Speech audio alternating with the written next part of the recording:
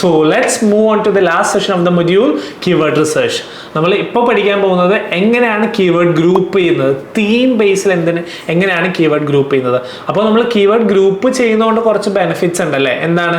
Optimisation എളുപ്പമാവും.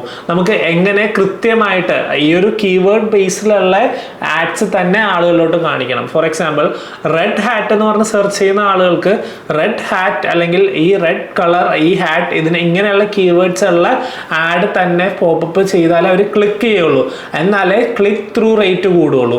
ഈ click ചെയ്ത് ഇവർ ലാൻഡ് ചെയ്യുന്ന പേജിലും ഈ റെഡ് ഹാറ്റിനെ കുറിച്ച് തന്നെ വേണം. അല്ലെങ്കിൽ അവർക്ക് എന്താണ് ബ്ലൂ ഹാറ്റോ അങ്ങനെയുള്ള കാര്യങ്ങൾ പോയാൽ അത് ഇറലവൻ്റ് ആവുന്നു. ഹാറ്റ്സ് വരുന്നുണ്ട്, ബട്ട് അവരെന്താണോ സെർച്ച് ചെയ്യുന്നത് അതിന് റെലവൻ്റ് ആയിട്ടുള്ള കീവേഡ് ആ ഒരു ആഡ്സ് ആൻഡ് ലാൻഡിങ് പേജസിലോട്ട് ഇവരെ ഡ്രൈവ് ചെയ്യാണ് നമ്മുടെ എപ്പോഴും ലക്ഷ്യം. സോ കീവേഡ് ഗ്രൂപ്പിങ്ങിനെ കുറിച്ചാണ് നമ്മളിപ്പോൾ പഠിക്കാൻ പോകുന്നത്. Let's move on to the screen and നമ്മൾ നേരത്തെ സെക്ഷനിൽ നമ്മൾ ചെയ്തായിരുന്നു, നമ്മൾ കീവേഡ് ഡൗൺലോഡ് ചെയ്തായിരുന്നു അല്ലെ. എങ്ങനെയാണ് സീലിംഗ് ഫാൻസ് അങ്ങനെ എന്നുള്ളതിൽ ഈ സീലിംഗ് ഫാൻസിന്റെ കീവേഡ്സ് എടുത്തിട്ട് നമ്മൾ ഡൗൺലോഡ് ചെയ്തു. അപ്പോൾ ഈ ഡൗൺലോഡ് ചെയ്ത കീവേഡ്സ് എങ്ങനെ നമുക്ക് ഗ്രൂപ്പ് ചെയ്യാമെന്ന് നോക്കാം. Let's move on to the screen. നേരത്തെ ഡൗൺലോഡ് ചെയ്ത കീവേഡ്സ് ഞാനിവിടെ ഗൂഗിൾ ഷീറ്റിൽ ഞാനൊന്ന് ഓൺ ചെയ്തിട്ടുണ്ട്. സോ ഗൂഗിൾ ഷീറ്റിൽ കോപ്പി പേസ്റ്റ് ചെയ്തു. സോ ഇതാണ് നമ്മൾ ഡൗൺലോഡ് ചെയ്ത കീവേഡ്സ്. ഏകദേശം 1000+ കീവേഡ് ഐഡിയാസ് ഉണ്ടായിരുന്നു. അപ്പോൾ ഇതിൽ നമുക്ക് ഇതിനെ ആദ്യം ചെയ്യേണ്ടത് എന്താണെന്ന് വെച്ചിട്ടുണ്ടെങ്കിൽ ഇതിൻ്റെ തീം ബേസിൽ നമുക്ക് ഗ്രൂപ്പ് ചെയ്യണം. അപ്പോൾ ബെസ്റ്റ് സീലിംഗ് ഫാൻ എന്നുണ്ട്, best ceiling fan for bedroom എന്നുണ്ട്, ക്വയറ്റസ്റ്റ് സീലിംഗ് ഫാൻസ് എന്നുണ്ട്, best ceiling fans with lights എന്നുണ്ട്. ഓക്കെ, അപ്പോൾ ഇതിൽ നമുക്ക് റെലവെൻ്റ് ആയിട്ടുള്ള കീവേഡ്സ് മാത്രം നമ്മൾ ഗ്രൂപ്പ് ചെയ്യാം. അപ്പോൾ ഞാനൊരു ഫസ്റ്റ് 50 കീവേഡ്സ് എടുക്കുവാണ്. നിങ്ങളൊന്ന് ശ്രദ്ധിച്ചോളണം. കാര്യം ഈ ഗ്രൂപ്പിംഗ്, ഈ തീം ബേസിൽ നമ്മൾ ഗ്രൂപ്പ് ചെയ്യുന്നത് ഭയങ്കര ഇമ്പോർട്ടൻ്റ് ആണ്. അപ്പോൾ ഫസ്റ്റ് നോക്കിയേ, ബെസ്റ്റ് സീലിംഗ് ഫാൻസ്. ഇതിനെ നമുക്ക് ജനറിക് ആയിട്ട് എടുക്കാം. ഇതൊരു ജനറിക് ആയിട്ടുള്ള ഒരു ടേം ആണ്. നമ്മളിത് ഗ്രൂപ്പ് ചെയ്തിട്ട്, ഇത് റാൻഡം ഗ്രൂപ്പിംഗ് ആണ് ഇമീഡിയറ്റ്ലി ചെയ്യുന്നത്, നമ്മളൊരു ട്രെയിനിങ് പർപ്പസിന് പെട്ടെന്ന് ചെയ്യുന്നത്. ഇതൊരു റൂം ബേസ്ഡ് ആണ് അല്ലേ. നമ്മൾ ഈ ഗ്രൂപ്പിംഗ് ഏകദേശം നമ്മൾ ആ കീവേഡ് ടൂൾ എടുത്തപ്പോൾ റൈറ്റ് സൈഡിൽ റിഫൈനിങ് എന്നുള്ള രീതിയിൽ കണ്ടു അല്ലേ. ഇനി ക്വയറ്റസ്റ്റ് സീലിംഗ് ഫാൻ, ഇതൊരു ഫാൻ്റെ ഫീച്ചേഴ്സ് അല്ലേ.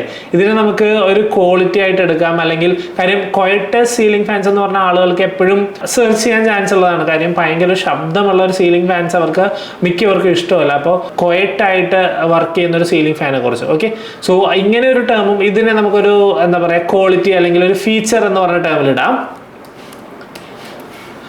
Now, best ceiling fans with lights. Best ceiling fan with lights. അപ്പോൾ വിത്ത് ലൈറ്റ്സ് എന്ന് പറഞ്ഞത് അതല്ലേ. ലൈറ്റ്സ് എന്ന് പറഞ്ഞ ടേം കീവേഡ്സ് ഉള്ള ഒരു സെറ്റ് ഓഫ് തീമിലാക്കാം. ഹൈ സ്പീഡ് സീലിംഗ് ഫാൻ, ഇതൊരു ഫീച്ചറാണ് അല്ലേ. ഹൈ സ്പീഡ് എന്ന് പറഞ്ഞ ഫീച്ചറാണ്, അല്ലെങ്കിൽ ഫീച്ചർ അല്ലെങ്കിൽ ക്വാളിറ്റിയാണ് ആ ഫാൻ്റെ. അപ്പോൾ ആ ഒരു രീതിയിലൂടെ ബെസ്റ്റ് സീലിംഗ് ഫാൻസ് എന്ന് നോക്കിയാൽ ബെസ്റ്റ് സീലിംഗ് ഫാൻസ് 2022. ഇത് ജനറിക് ആണ്. ഇയർ വൈസ് അവർ ജനറിക് ആയിട്ട് സെർച്ച് ചെയ്തേക്കാണ് കുറച്ച് ലിസ്റ്റ് കിട്ടാൻ വേണ്ടി. അപ്പോൾ ഈ ബെസ്റ്റ് സീലിംഗ് ഫാൻസ് 2022 എന്ന് പറഞ്ഞാൽ നമുക്കൊരു ഇൻറ്റൻറ്റ്, യൂസറിൻ്റെ ഇൻറ്റൻറ്റ് ഒന്ന് ആലോചിച്ച് നോക്കിയേ. ഇമ്മീഡിയറ്റ് ആയിട്ട് പർച്ചേസ് ചെയ്യാൻ ചാൻസ് ഉള്ള യൂസറാണോ? ചിലപ്പോൾ ആകാം, ചിലപ്പോൾ ആകാണ്ടിരിക്കാം അല്ലേ. അപ്പോൾ നമുക്ക് കീവേഡ്സ് നോക്കുമ്പോൾ തന്നെ കെയർഫുള്ളായിട്ട് ഒബ്സർവ് ചെയ്താൽ തന്നെ ബയർ ഇൻറ്റൻറ്റ് എന്താണെന്ന് നമുക്ക് മനസ്സിലാവും. എന്താണ് അവർ ചെയ്യാൻ ഉദ്ദേശിക്കുന്നത്, യൂസറിൻ്റെ ഇൻറ്റൻറ്റ് എന്താണെന്ന് മനസ്സിലാവും. അവർ ഇമ്മീഡിയറ്റ് ആയിട്ട് പർച്ചേസ് ചെയ്യാൻ നിൽക്കുന്ന സ്റ്റേജിലാണോ, അവർ ഏത് ഫണൽ, അതായത് ടോപ്പ് ഓഫ് ദ ഫണലാണോ, മിഡിൽ ഓഫ് ദ ഫണലാണോ, അതോ ബോട്ടം ഓഫ് ദ ഫണലാണോ എന്നൊക്കെ നമുക്ക് ക്ലിയർ ആയിട്ട് മനസ്സിലാക്കും. Okay, next high quality ceiling fans. അപ്പോൾ അതൊരു ക്വാളിറ്റി എന്ന് പറയുന്ന ഒരു സംഭവമാണ്. അതായത് ഒരു ഫീച്ചർ അല്ല, അതൊരു ക്വാളിറ്റിയാണ്. കാര്യം അതിൻ്റെ ആ ഒരു സീലിംഗ് ഫാൻ എന്തോരം ഹൈ ക്വാളിറ്റി ഉള്ളതാണ്, ഡ്യൂറബിൾ ആണോ എന്നുള്ള രീതിയിൽ സെർച്ച് ചെയ്തിരിക്കുന്നതാണ്. പിന്നെ നോക്കിയേ, മോഡേൺ സീലിംഗ് ഫാൻസ് എന്നുണ്ട്, സ്മാർട്ട് സീലിംഗ് ഫാൻസ് ഉണ്ട്. നോക്കിയേ, best ceiling fans for living room. അപ്പോൾ ഇതൊരു റൂം ബേസ്ഡാണ്. അപ്പോൾ കണ്ടോ, നമുക്കിപ്പോൾ രണ്ടാമത്തെ അതായത് തീം റിപ്പീറ്റ് ചെയ്യാൻ തുടങ്ങി. നെക്സ്റ്റ് ബെഡ്റൂം സീലിംഗ് ഫാൻസ്, ഇതും റൂം ബേസ്ഡ് ആണ്, ആസ് വെൽ ആസ് വിത്ത് ലൈറ്റ്സും ആണ്.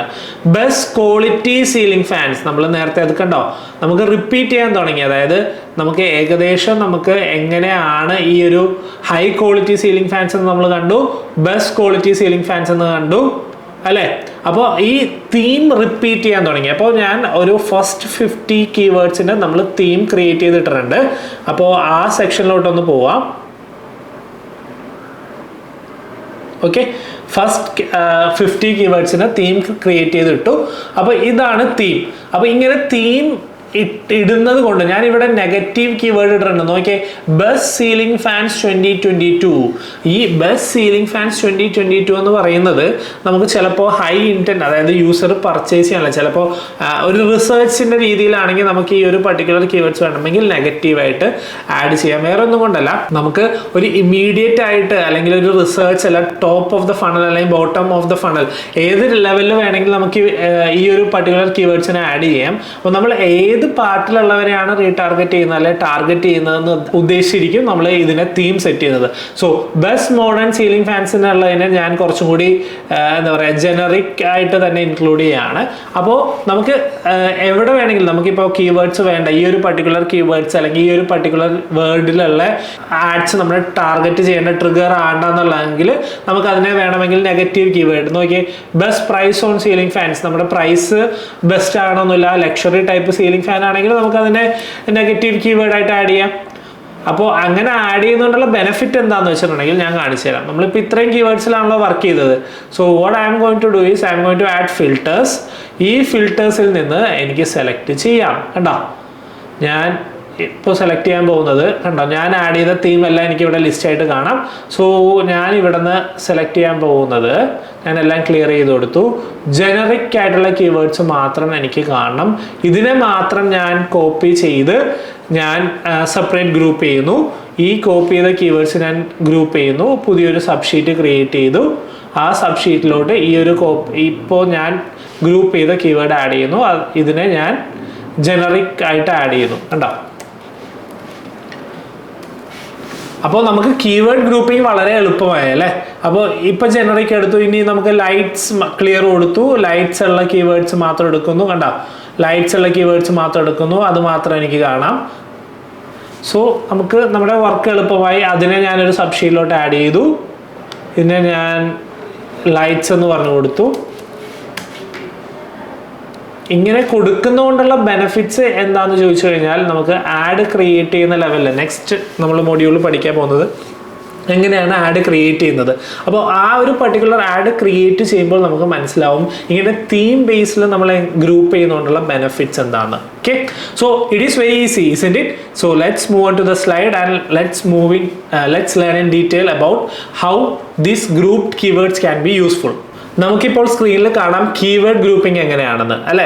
അപ്പോൾ ഇപ്പോൾ ഞാൻ സെലക്ട് ചെയ്തിരിക്കുന്നത് ലൈറ്റ്സ് എന്ന് പറഞ്ഞ ടേമുള്ള കീവേഡാണ്.